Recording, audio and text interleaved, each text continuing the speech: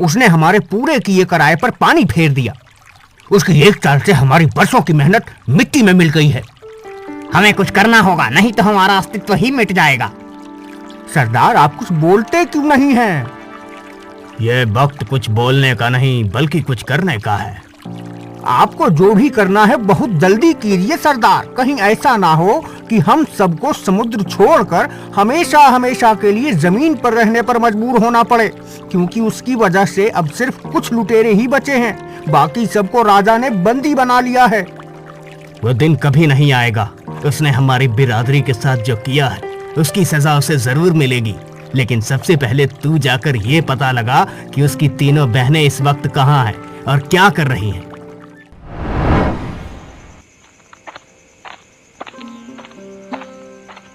तुम्हें बाहर जाते हुए या फिर अंदर आते हुए किसी ने देखा तो नहीं ना सुरभि? नहीं महाराज, न तो बाहर जाते हुए और न ही अंदर आते हुए किसी ने भी मुझे नहीं देखा। मैंने पूरी सावधानी बरती है ताकि मुझ पर किसी की भी नजर ना पड़े।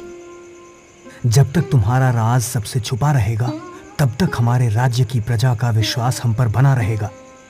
लेकिन जिस दिन तुम्हारा राज जनता के सामने खुलेगा उस दिन न जाने हमारी प्रजा क्या करेगी। महाराज, सिर्फ कुछ दिनों की बात है। मैं बहुत ही जल्द अपना अधूरा काम पूरा कर लूंगी। उसके बाद आपको डरने की जरूरत नहीं होगी। मैं जो कुछ भी कर रही हूँ हमारे राज्य की प्रजा की भलाई के लिए ही कर रही हूँ। मैं ये बात अच्छी तरह से जानता हूँ, इसलिए तुम्हारा साथ दे रहा हूँ। मछली क्या भाव दी बहन जी? भाई जी, आप 2 सिक्कों में सारी मछलियाँ ले जाइए। इतनी सारी मछलियों का मैं क्या करूँगा भला? आप भी खाइए और पड़ोसियों को भी खिलाइए, लेकिन 2 सिक्कों में सारी मछलियाँ ले जाइए। ठीक है बहन जी, तो फिर ले लीजिए 2 सिक्के और सारी मछलियाँ मुझे दे दीजिए।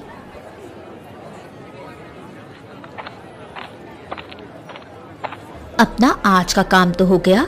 चलो अब यहाँ से चलकर अपना असली काम करते हैं। धीरे बोल, कोई सुन ना ले। कहीं ये तीनों पगला तो नहीं गई? इतनी सारी मछलियाँ सिर्फ 2 सिक्कों में दे दी। कहीं ये तीनों वही तो नहीं जिन्हें मैं ढूंढ रहा हूँ?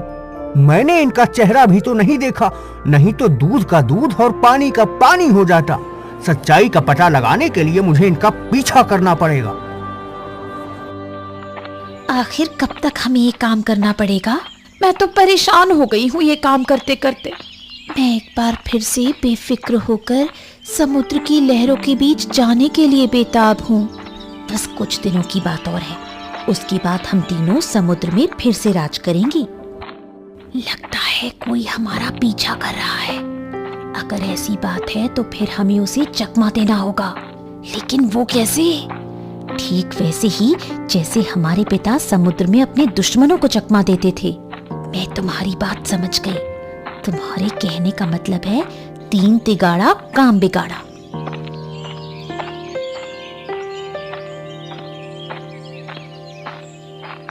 ये क्या? ये तीनों तो अलग अलग दिशा में जा रही हैं। अब मैं किधर जाऊं? सीधा जाऊं, दाएं जाऊं या फिर बाएं जाऊं? एक काम करता हूं, मैं वापस जाता हूं। मुझे लगता है ये नील का साथी था। हाँ, मुझे भी ऐसा ही लगता है। इसलिए वो हमारा पीछा कर रहा था। आज तो हम सब उससे बच गई। अगली बार न जाने क्या होगा। तुम सही कह रही हो दीदी। समय रहते अपना अधूरा काम पूरा कर लें, उसके बाद हमें नील से डरने की कोई जरूरत नहीं होगी। अगर पिताजी हमारे साथ होते तो हमें किसी से भी डरने की जरूरत ना होती। दीदी उन्हें ही तो कैद से आजाद कराने की कोशिश कर रहे हैं और साथ ही साथ उस नील को पकड़ने की भी कोशिश में लगे हुए हैं। इसीलिए तो वो दिन में मल्हार बनकर पूरे राज्य की नदियों में भटकती रहती है और रात होते ही सेनापति, सैनिकों और हमें साथ लेकर समुद्री लुटेरों और नील को ढूंढती है। अगर नील ने पिताजी को धोखा न दिया होता तो आज हम सब साथ में होते और हमें इस तरह छुपकर नहीं रहना पड़ता। अगर उस दिन वो हमला न हुआ होता तो।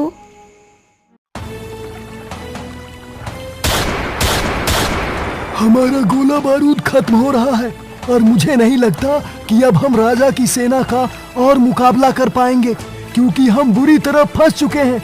हमारा बचना बहुत मुश्किल है। अब हमारे पास दो ही रास्ते हैं, या तो हम सब बहादुरी से लड़ते हुए मारे जाएं, या फिर नाव छोड़कर भाग जाएं। हम सभी आपके साथ हैं सरदार। जो आपका फैसला होगा वही हमारा फैसला होगा। मैं पूरी जिंदगी बहादुरी से जिया हूँ और बहादुरी से मरूंगा भी, इसलिए मैं अपनी नाव छोड़कर कहीं नहीं जाऊंगा। लेकिन फिर भी मैं तुम लोगों को फैसला करने का हक देता हूँ। जो यहाँ रुकना चाहता है रुके और जाना चाहता है तो जाए। मैं यहाँ से कहीं नहीं जाऊंगा। मैं नाव छोड़कर नहीं जाऊंगा। सरदार, आप जहां होंगे वहीं हम सब होंगे। मैं तुम जैसे साथियों को पाकर खुद को खुशकिस्मत महसूस कर रहा हूँ, लेकिन मुझे अपनी बेटियों की चिंता है। उनका क्या होगा?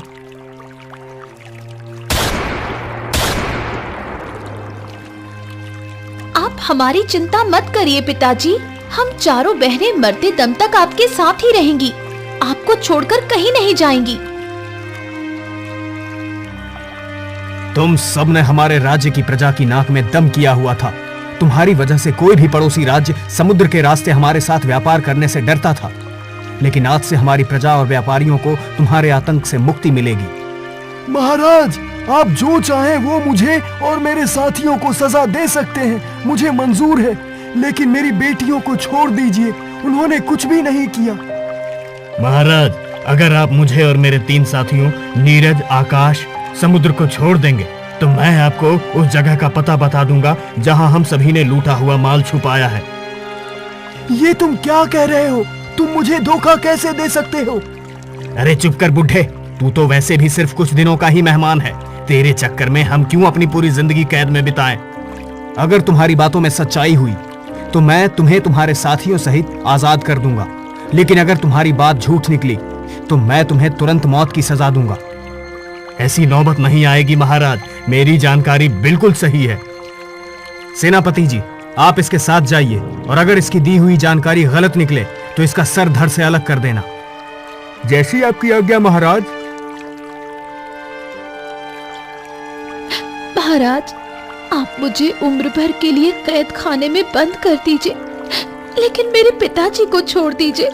हाँ महाराज, आप हम चारों बहनों को कैद कर लीजिए, लेकिन हमारे पिताजी को जाने दीजिए।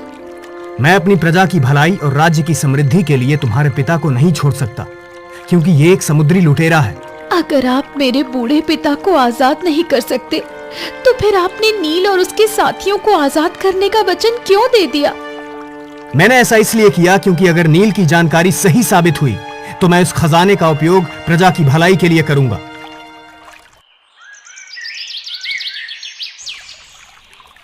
महाराज, इस समुद्री लुटेरे की दी हुई जानकारी बिल्कुल सही थी। मैं इसकी बताई जगह से पूरा सोना ले आया हूँ। मैंने अपना किया वादा पूरा किया महाराज, अब आप अपना वादा पूरा कीजिए। सेनापति जी, इसे और उसके साथियों को छोटी नाव दे दो और यहाँ से जाने दो। लेकिन ध्यान रहे, अगली बार अगर समुद्र में दिखाई दिए तो तुम सबकी बाकी की जिंदगी कैद खाने में बीतेगी। महाराज, अगर आप अपनी प्रजा की भलाई के लिए 4 लुटेरों को छोड़ सकते हैं, तो फिर आप जरूर एक और लुटेरे को आजाद कर सकते हैं। मैं तुम्हारी बात समझा नहीं। अगर आप थोड़े से धन के बदले 4 लुटेरों को छोड़ सकते हैं, तो अगर मैं समुद्र के सभी लुटेरों को पकड़ने में आपकी मदद करने का वादा दूं, तो आप जरूर मेरे पिताजी को आजाद कर देंगे। आप सोच क्या रहे हैं महाराज? मेरी सहायता से आप समुद्र को लुटेरों से मुक्त कर सकते हैं, जिससे आपकी प्रजा का विश्वास आपके प्रति और बढ़ जाएगा और आपके राज्य में खुशहाली भी बढ़ेगी। समुद्र में तो हजारों समुद्री लुटेरे हैं, उन्हें पकड़ने में तो सालों का समय लग जाएगा। जब तक समुद्र का आखिरी लुटेरा पकड़ा नहीं जाता, तब तक मैं आपके साथ रहूंगी। बिना विवाह के मैं तुम्हें अपने साथ नहीं रख सकता। तो आप मुझसे विवाह कर लीजिए, तब तो मैं आपके साथ रह सकती हूँ ना। मैं ऐसा नहीं कर सकता। अगर मेरी प्रजा को ये पता चला कि मैंने एक समुद्री लुटेरे की बेटी से विवाह किया है, तो प्रजा में अराजकता फैल सकती है। अगर ऐसी बात है तो फिर आप मुझसे विवाह कर लीजिए और अपनी प्रजा को बताइए कि मैं एक मल्हार हूँ। इस तरह आपकी प्रजा की नजरों में आपका सम्मान बढ़ जाएगा और आप अपनी प्रजा की भलाई का काम भी कर सकेंगे। तुमने अभी जो कहा, अगर वैसा हो सकता है तो मैं अपनी प्रजा की भलाई के लिए तुम्हारी बात मानने को तैयार हूँ, परंतु मेरी भी एक शर्त है। तुम दिन में मल्हार बनकर रहोगी और रात में समुद्री लुटेरों को पकड़ने में मेरी सहायता करोगी।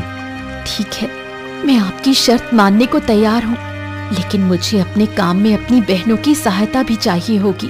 भला वो कैसे? ये सब मैं आपको बाद में समझा दूंगी। अभी आप मेरे पिताजी को आजाद कर दीजिए। मैं अभी ऐसा नहीं कर सकता। जब तक तुम अपना काम पूरा नहीं करोगी तब तक मैं तुम्हारे पिता को आजाद नहीं कर सकता। दीदी पिताजी को आजाद करवाने के लिए खुद जिंदगी भर के लिए राजा की कैदी बन गई। उन्हीं के कहने पर ही हम सब दिन में सबसे छुप कर रहती हैं और रात में उनकी मदद करती हैं। रानी जी को मेरा प्रणाम। रानी जी को मेरा प्रणाम।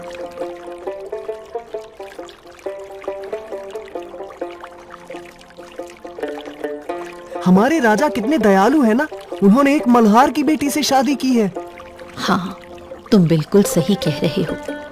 हमारे राजा दूसरे राज्य के राजाओं से बिल्कुल अलग हैं। वो अमीर और गरीब में भेद नहीं करते, अपनी प्रजा को एक बराबर सम्मान देते हैं। तभी तो उन्होंने ऐसा किया। जब से उन्होंने एक मल्हार की बेटी से शादी की है, तब से हमारे राज्य की किस्मत ही चमक गई है। बिल्कुल सही बात है। पिछले कुछ समय से समुद्री लुटेरों का प्रकोप कम हुआ है और हमारे राज्य में व्यापार भी बढ़ा है। मैं तो बहुत ही खुश हूँ। आप दोनों किस बारे में बात कर रहे हैं? रानी जी, हम तो महाराज की तारीफ कर रहे थे। आप क्या देख रही हैं रानी जी? बस कुछ नहीं, ऐसे ही।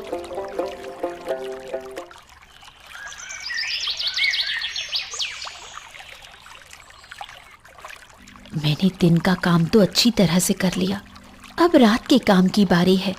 चलो साथियों, समुद्र को लुटेरों से मुक्त करवाते हैं। सेनापति जी, सैनिकों को हमले के लिए तैयार कीजिए। कुछ दूरी पर समुद्री लुटेरों की एक नाव है। हमें क्या करना है दीदी? तुम दोनों वही करो जो तुम सबसे अच्छा करती हो। इसका मतलब कि हमें उन लुटेरों का ध्यान भटकाना होगा ताकि वो आपकी नाव को आता हुआ ना देख सके। तुम बिल्कुल ठीक समझी।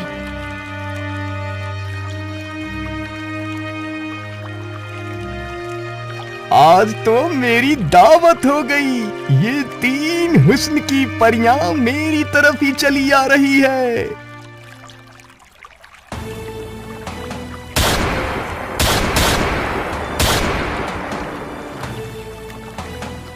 आप सबकी मदद से आज समुद्र के आखिरी लुटेरे का खात्मा हो गया। इसका मतलब कि अब हमारे पिताजी महाराज की कैद से मुक्त हो जाएंगे। अभी नहीं, क्योंकि अभी सिर्फ उन लुटेरों का सफाया हुआ है जो समुद्र में थे। अभी वो लुटेरे बचे हुए हैं जिन्हें नील ने संरक्षण दिया हुआ है। जब तक उनका खात्मा नहीं हो जाता तब तक पिताजी को कैद में ही रहना पड़ेगा। अगर ऐसी बात है तब तो हमें उन्हें जल्द से जल्द पकड़ना होगा, लेकिन ऐसा होगा कैसे? वो आप मुझ पर छोड़ दीजिए सेनापति जी। दीदी, अगर आप उस धोखेबाज को पकड़ना चाहती हैं तो हम आपकी मदद कर सकती हैं। वो कैसे? दीदी, हमें लगता है कि कुछ दिनों पहले उसका एक साथी हमारा पीछा कर रहा था, लेकिन हमने उसे चकमा दे दिया था। अगर वो सच में ही उस धोखेबाज नील का साथी था तो जरूर एक बार फिर हमारा पीछा करेगा और इस बार हम खुद उसके जाल में फंसकर उसे फंसा लेंगी। वो कैसे? उसके लिए सेनापति जी को हमारी सहायता करनी होगी। ठीक है, जैसा तुम बोल रही हो मैं वैसा ही करूंगा। आकाश, तू इतने दिनों से कहाँ था? जल्दी बता, साथी लुटेरों की क्या खबर लाया है? सरदार, बहुत बुरी खबर है। सुरभि ने सेनापति के साथ मिलकर समुद्र के सभी लुटेरों का सफाया कर दिया है। अब सिर्फ वही लुटेरे बचे हैं जो समुद्र छोड़कर जमीन में रह रहे हैं। इसका मतलब कि तू जो खबर पिछली बार लाया था वो बिल्कुल सच्ची थी। हाँ सरदार, सुरभि ये सब आपसे बदला लेने के लिए कर रही है। तू बहुत गलत समय पर आया है। मुझे ऐसा लगता है तू भी कोई बुरी खबर ही लाया होगा। सरदार, मैं बुरी खबर नहीं बल्कि बहुत अच्छी खबर लाया हूँ। मुझे पता चल चुका है कि सुरभि की तीनों बहनें कहाँ रहती हैं। तो फिर तू उन्हें पकड़कर मेरे पास क्यों नहीं ले आया? यहाँ खाली हाथ क्यों चला आया? सरदार, मैंने उन तीनों को लगभग पकड़ ही लिया था, लेकिन वो तीनों मुझे चकमा देकर बच निकली। तू वापस जा और उन्हें पकड़कर मेरे पास ले आ, तभी सुरभि पर नकेल कसी जा सकेगी। मैं उन्हें अकेले नहीं पकड़ सकता सरदार, वो बहुत ही चालाक है। उन्हें पता चल चुका है कि मैं उनके पीछे हूँ, इसलिए वो अब सतर्क हो गई हैं। इसलिए मैं यहाँ आकाश और समुद्र को अपने साथ ले जाने आया हूँ। उन्हें पकड़ने के लिए चाहे जो कुछ भी करना पड़े वो कर। यहाँ खड़े खड़े बहुत देर हो गई, वो तीनों कब आएंगी? हमने पूरे बाजार में उन्हें ढूंढा, लेकिन वो कहीं नहीं मिली। तुम दोनों चलो मेरे साथ, मुझे पता है कि अगर वो तीनों यहाँ नहीं हैं तो कहाँ होंगी। रुको रुको रुको, वो तीनों आ गई।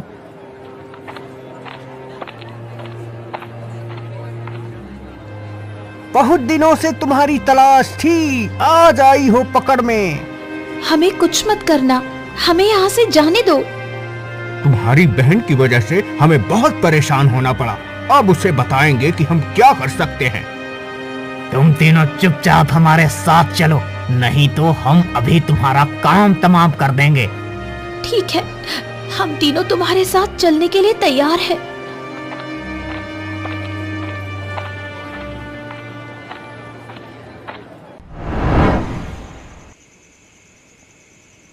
सुरभि, आपने अपना किया वादा पूरा किया है। अब बस आपकी बहन की योजना भी कामयाब हो जाए, उसके बाद एक भी समुद्री लुटेरा नहीं बचेगा। महाराज की जय हो। कहो सैनिक, क्या खबर लाए हो? महाराज, महारानी जी की तीनों बहनों को 3 आदमी अपने साथ ले गए हैं और एक सैनिक उनके पीछे गया है। ये तो बहुत अच्छी बात है। इसका मतलब सोना की योजना सफल हो चुकी है। अब बस वो सैनिक वापस आ जाए, फिर हमें उस धोखेबाज के ठिकाने का पता चल जाएगा।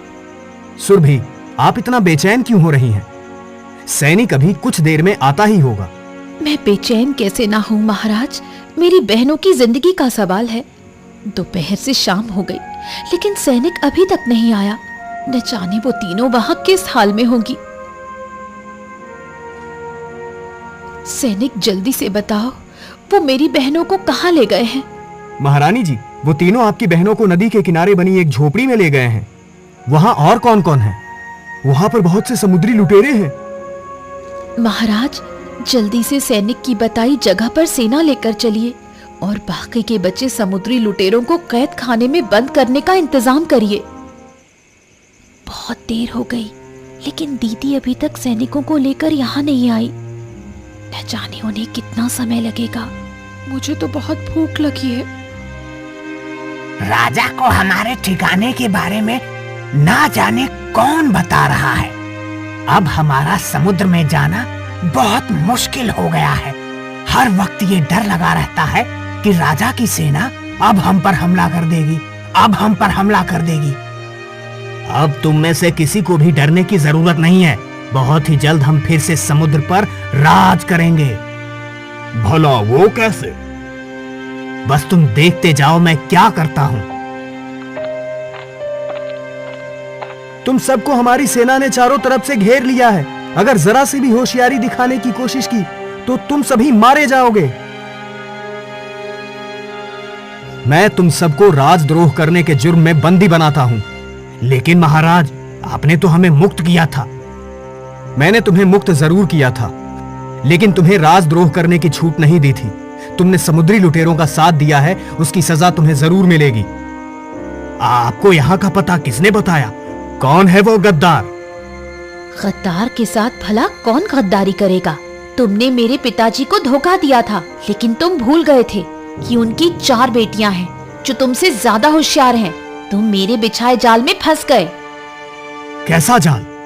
उम्र भर कैद खाने में बंद रहोगे। तो मेरे बिछाए जाल के बारे में सोचने का तुम्हारे पास बहुत समय होगा, तो सोचते रहना।